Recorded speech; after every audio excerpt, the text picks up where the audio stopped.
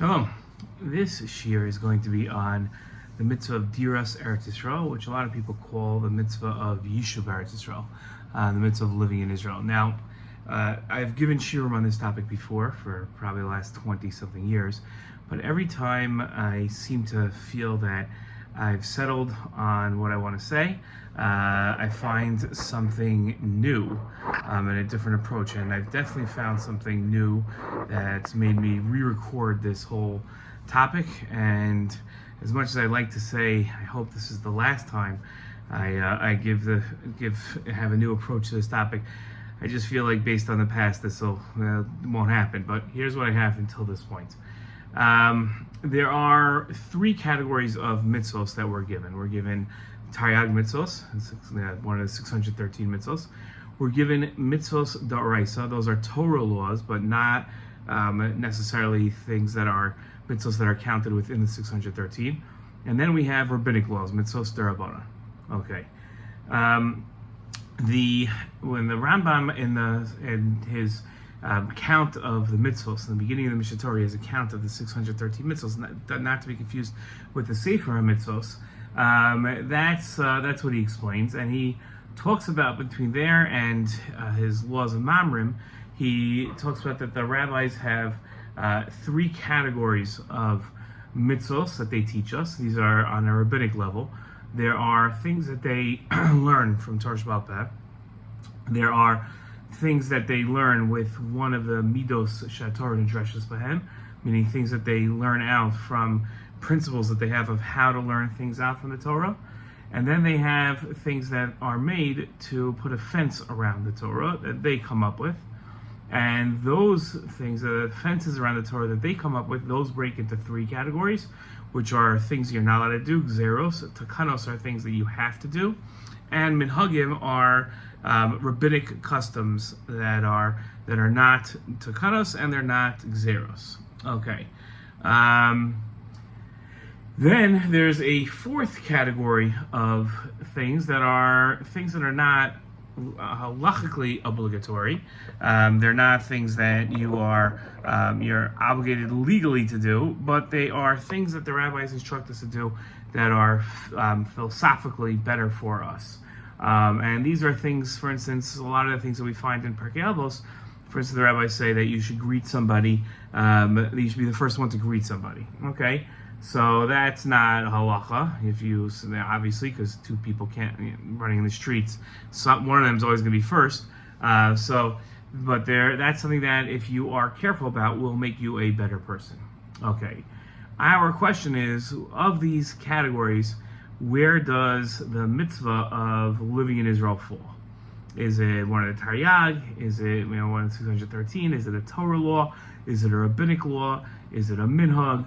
What is it? Okay, now the pasuk that the Ramban quotes to show that it's one of the Taryag mitzvahs is Horashtem et haaretz yishavtem ba ki lachem nasati et haaretz l'reshos osa. Right, and that's God says to us, you should go in and you should take possession of the land and you should settle the land because it's that to you that I gave the land.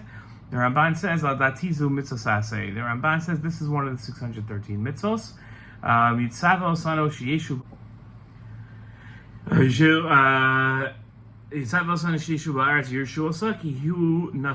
And so we're commanded to take possession of the land because it was given to us. We shouldn't reject the portion of God. Now, if we go onto your mind to go and conquer some other land instead of Eretz Yisrael, then you violated the mitzvah Hashem. So the question is, the Ramban holds this is one of the 613 mitzvahs. What's the nature of this mitzvah? What is this mitzvah here that we're talking about to live in Eretz Yisrael? Okay, now the rationale of the Ramban, as he goes on to say, is that there's a couple of things that the rabbis say that it would make no sense, the Ramban says, for the rabbis to say this unless it was a mitzvah. A couple examples that he gives. And the first one he says is how much the rabbis talk about how you have to live in Israel. The rabbis wouldn't go to this far of extent and talk about it so much if they didn't feel you had to live in Israel. And he says there's a mitzvah, there's a prohibition of leaving Israel if you live there. And then he talks about two halachos when it comes to ksuba. If a married couple, if one of the spouses wants to move to Israel or leave Israel, so the other spouse, whoever wants to stay in Israel or move to Israel, has the financial advantage when it comes to paying the ksuba. So all of these things, these halachos, couldn't exist unless the Ramban says there was a mitzvah to live in Israel, and that's the support that he has for it. And he maintains that the Rambam did not hold it was one of the mitzvos, and he criticizes the Rambam for not counting it among the 613. So the first opinion that we saw is the Ramban maintaining that it's one of the 613 mitzvos. Okay, then we have the Rambam. Now the Rambam says that he not able. It's clear the Rambam didn't list living in Israel as one of the 613 mitzvos. The Rambam published a sefer, published a book with his list of the 613 mitzvos. He published a list of the 613 mitzvos, and nowhere does he ever write that one of the 613 mitzvos is to live in Israel. Okay? Now, the Rambam also wrote, Mutar lishkon b'chol olam chutz me'eretz Yisrael. A Jew can live anywhere except in Egypt. Now, if a Jew could live anywhere, that means that they don't have to live in Israel. If there was a mitzvah to live in Israel, the Rambam would say, even if you didn't have to live in Israel for some reason, according to the Rambam, and he felt that it was a mitzvah, he would write, even though it's a mitzvah to live in Israel, you can still live anywhere but not Egypt. He doesn't say that. He just says that it's mutter to live anywhere, which seems to say mutter l'chadchila. Now, the Rambam seems to contradict himself because he says, he says that it's better for a person should always live in Israel. So, if a person should always live in Israel, what does the Rambam mean by that? Is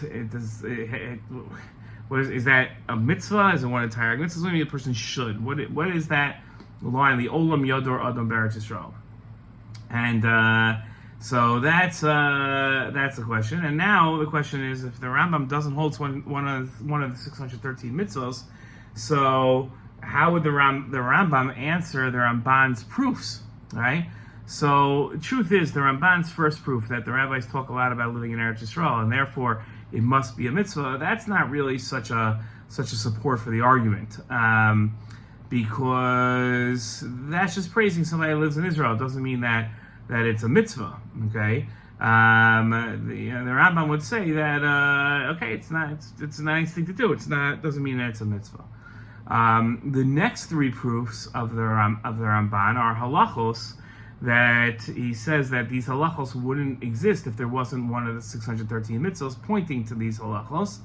And the first two laws that he brings are cases of spouses who one doesn't want to live in Israel, and then the one that wants to live in Israel gains a financial advantage. And the Ramban says these are generated by the obligation to live in Israel. But the Rambam can say that any time that one of the spouses wants to improve on their avodas Hashem, which living in Eretz Yisrael is an improvement on one's avodas Hashem, so then they have the financial advantage. So that's easy. And then the Ramban's last proof is the fact that there's a prohibition of leaving Eretz Yisrael. But if you would say that the fact that there's a prohibition of leaving Eretz Yisrael means that there's a mitzvah to live in Eretz Yisrael, there's also a prohibition of leaving Bavel. So you're also not allowed to leave Bavel. Is the Ramban now going to say that there's a mitzvah to live in Bavel? And then now, because you have two mitzvahs to live in two different places? Obviously, that's not it. So that's how the Rambam would explain it. My opinion in the Rambam is that the Rambam doesn't hold it's a mitzvah to live in Israel, but he does hold it's a philosophically positive thing to do. That fourth category. Things that we see that the rabbis told us to do, but they're not legally obligatory.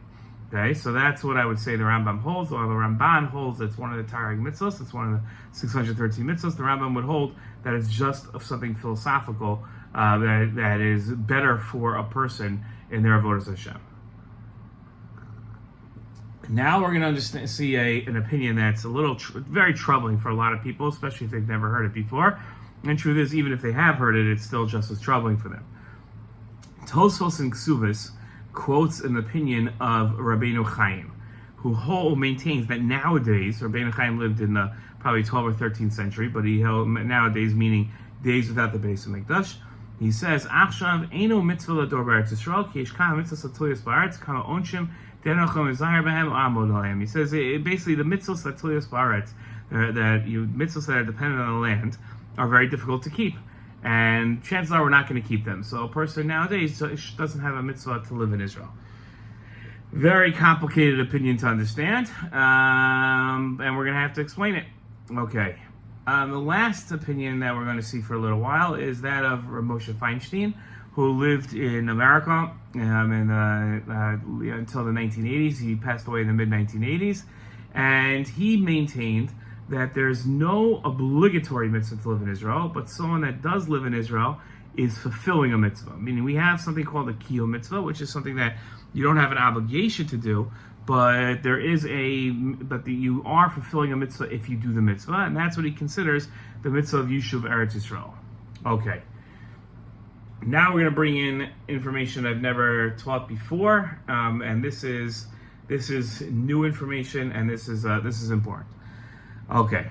The Torah quotes a Gemara Yerushalmi that says that a woman can't force her husband to move to Eretz Yisrael. The Bavli maintained that a woman can force her husband to move to Israel, and if he refuses, then she can demand a divorce, and he's responsible. He's to blame for the divorce. We don't say, to the woman, well, you want to move to Israel, so you're the cause of the divorce, and therefore the financial advantage will go to your husband. We don't say that. When it comes to Yerushalmi, we say that the woman can't force her husband, and if she decides that she wants to move to Israel, the financial advantage goes to the husband. He doesn't have to pay her ksuba. How do we understand this Yerushalmi? Again, the Bavli doesn't hold this way, but how do we understand the Yerushalmi? So the Marami Rudenberg, who was one of the early Rishonim, explained the opinion of the Yerushalmi as referring to today, when there's no Beis Hamikdash. But in the times of the Beis Hamikdash, she would be able to force her husband to move to Israel. Now, the Torah disagrees with the Marami Rudenberg and says there's no difference between today and when there's no Beis Hamikdash. The Yerushalmi holds that a woman can't force her husband. Okay? So, how do we understand the Yerushalmi that a woman can't force her husband? As this is against what the Bavli holds.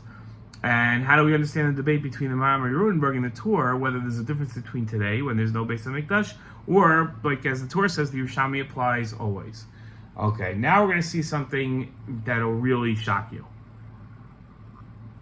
The Vilna Gaon explained the position of the Rami Rudenberg that there is a difference between today, when there's no Beis Hamikdash, and a woman now, today, no Beis Hamikdash, cannot force her husband, and when there is a Beis Hamikdash, and he says that when there's no Beis Hamikdash, a woman is not mitzvah to live in Eretz Yisrael because of the mitzvahs Toyos Baretz. Let that sink in.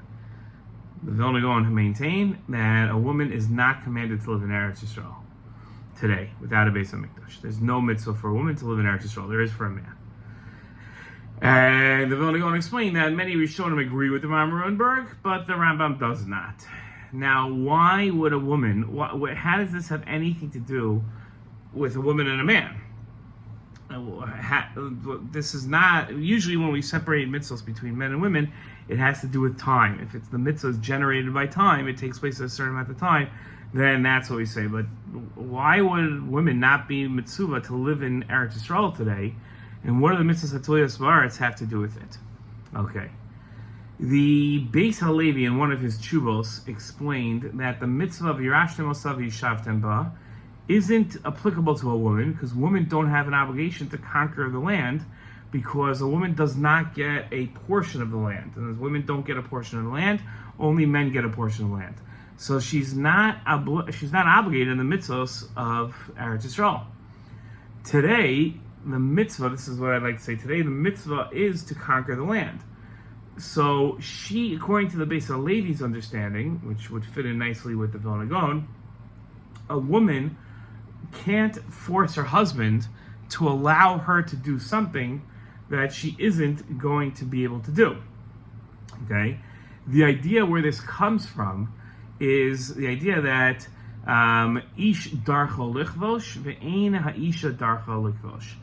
A man's nature is to conquer, and a woman does not conquer. A woman doesn't go out to war. The mitzvah is to conquer the land when we in a time of Golus. We don't have the land. We have to conquer the land in order to move back into the land. So therefore, a woman is not. This doesn't apply to a woman. So let's now go through everything, and we can understand. And with our questions and answers, we'll give a svara here, and we're going to explain everything. Okay. Another part of that same Beis Halevi explained that there's two parts to the mitzvah of settling the land of Israel. There's living in Eretz Yisrael and conquering Eretz Yisrael. Those are two separate things. First we conquer, then we live in Eretz Yisrael. Okay. Those two dinim of Yishuv Eretz Yisrael, of conquering the land, and Diras Eretz Yisrael. So the nation has a mitzvah to conquer the land, and the individual has a mitzvah to live in the land.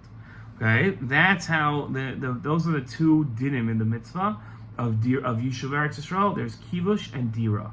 When it comes to Yishuv Eretz Yisrael, the nation is commanded in kivush aretz, and the individual is commanded in diras aretz. Okay. When we talk about what category, let's answer our questions now with that understanding. We talk about where does living in Eretz Yisrael fall into what category? So that's a machlokes. And we see different Rishonim understand this differently. The nature of the mitzvah of living in Eretz Yisrael is to possess the land, both on a national and on an individual level. Mitzvah's Yishuv Eretz Yisrael is possessing the land on a national and individual level. The line that causes much confusion in the Rambam, that he says that a person should always live in Eretz Yisrael, the idea of always and should, he maintains that living in Eretz Yisrael provides a philosophical benefit to the individual, but is not obligatory like other mitzvahs. And we explained that before. Now, how do we understand that Rabbeinu Chaim that said that it's just too difficult to fulfill the mitzvahs Hatuliyas Ba'aretz nowadays, so there's no obligation to live in Eretz Yisrael? So Rabbeinu Chaim, he maintains that the mitzvah of living in Eretz Yisrael is a hechsher. It's a first step to the mitzvahs Hatuliyas Ba'aretz, to fulfilling the mitzvahs that are dependent on the land. If those mitzvahs can't be fulfilled, then there's no point in trying to fulfill the other mitzvahs like living in the land. Okay, so that's his understanding. It's not an understanding that most have. In fact, I don't know if anybody else has this understanding. Moshe Feinstein, on the other hand, maintained the mitzvah of Yishuv Eretz Yisrael is a hechsher to the mitzvahs Hatuliyas Ba'aretz, right? He bases his opinion largely on Rabbeinu Chaim, and isn't obligatory without a Beis HaMikdash. But you can still fulfill the mitzvah. And that's where he differs from Rabbeinu Chaim. He says you can still fulfill the mitzvah. Rabbeinu Chaim maintains that a person shouldn't. How do we understand the Yerushalmi's position that a woman can't force her husband to move to Eretz Yisrael? So the Yerushalmi is connecting the mitzvah of Yishuv Eretz Yisrael to Kivush Eretz Yisrael, which is not obligatory for a woman. And how do we understand the debate between the Rambam, Ernberg, and the Torah about whether there's a difference between today when there's no Beis HaMikdash and when it comes to a woman forcing her husband to move to Israel? So, and then why would a woman not be mitzvah to live in Eretz Yisrael today? Right? What do the mitzvahs Ba'aretz have to do with any of this? So today there's only, because we don't have Eretz Yisrael, there's only a mitzvah of Kivush Aretz. Until then, there's no mitzvah of Yishuv Eretz Yisrael. Now, when I've given this shiur to a few other groups before I recorded this, there was pushback. Well, how can you say that today the mitzvah is kivush aretz and as the Jewish people rule over Israel with the state of Israel? So yes, that's true, but I don't think that the Rishonim, and this is a larger discussion, but I don't think the Rishonim contemplated an idea of the Jewish people ruling over Eretz Yisrael without Mashiach and the Beis HaMikdash. And as I don't think they pictured that this could have been a possibility, and therefore, in their framework, there's nowadays mitzvah of kivush aretz until there's a Beis HaMikdash, and that mitzvah that's the mitzvah now, and women aren't shayeches to it, so therefore they don't have the mitzvah of Yishuv Eretz Yisrael. So that's my take on mitzvah of Yishuv Eretz Yisrael. I think there's a lot of ideas that you might not know if we had not seen these ideas, I had not gone through them. Hope you gained a lot from it.